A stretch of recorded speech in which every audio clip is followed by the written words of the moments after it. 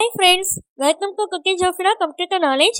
இந்த வீடியோவில் நம்ம என்ன பார்க்க போறோம்னா last video save document create பண்ண குயிக் ஆக்சஸ் டூல் பார்ல சேவ் கமாண்டை எப்படி கிரியேட் பண்றது அப்படின்றத பார்க்கலாம். இதுக்கு நம்ம ஃபர்ஸ்ட் லெஃப்ட் சைட் டாப் கார்னர்ல இருக்கிற குயிக் ஆக்சஸ் டூல் பார்ல கீழே டவுன் ஆரோ சிம்பிள் வந்து இருக்கும், அதை வந்து கிளிக் பண்ணிக்கோங்க.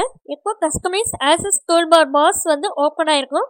அதில் சேவ்ன்ற ஆப்ஷன் வந்து கிளிக் பண்ணிக்கோங்க.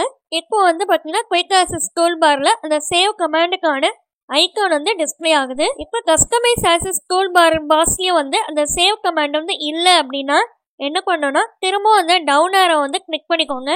கீழே லாஸ்ட்ல மோர் கமாண்ட்ஸ்ன்னு இருக்கும், அதை வந்து கிளிக் பண்ணிக்கோங்க. இப்போ வந்து ஒரு டயலாக் பாக்ஸ் வந்து ஓப்பன் ஆயிருக்கும். ஃபர்ஸ்ட் டயலாக் பாக்ஸ்ல குயிக் ஆக்சஸ் டூல் பாரை வந்து கிளிக் பண்ணிக்கோங்க. இல்ல கஸ்டமைஸ்ன்னு இருக்கும், அதை வந்து கிளிக் பண்ணிக்கோங்க. இப்போ செகண்ட் இருக்கிற பாக்ஸ்ல அப்படியே ஸ்க்ரால் பண்ணிட்டே வந்தீங்கன்னா சேவ்ன்ற கமாண்ட் வந்து இருக்கும், அதை வந்து கிளிக் பண்ணிக்கோங்க. இப்போ பக்கத்தில் இருக்கிற ஆட் ஆப்ஷனை வந்து கிளிக் பண்ணிக்கோங்க.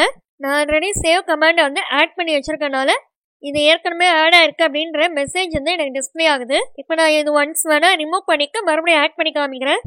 இப்போ அந்த தேர்ட் பாக்ஸ்ல இருக்க சேவ் வந்து கிளிக் பண்ணிட்டு ரிமூவ் கொடுக்குறேன். திரும்பவும் அந்த குயிக் ஆக்சஸ் டூல் பார் ஆப்ஷனை வந்து கிளிக் பண்ணிக்கோங்க. செகண்ட் பாக்ஸ்ல திரும்பவும் சேவ் கமாண்டை வந்து கிளிக் பண்ணிக்கோங்க. திரும்பவும் பக்கத்தில் இருக்கிற ஆட் ஆப்ஷன் வந்து கிளிக் பண்ணிக்கோங்க. இப்போ இந்த தேர்ட் பாக்ஸ்ல பார்த்தீங்கன்னா சேவ் கமாண்ட் வந்து டிஸ்பிளே ஆகும். இப்போ கீழே இருக்கிற ஓகே பட்டனை வந்து கிளிக் பண்ணிக்கோங்க. இப்போ நமக்கு குயிக் ஆக்சஸ் டூல் பார்ல சேவ் கமாண்ட் வந்து டிஸ்பிளே ஆகுது.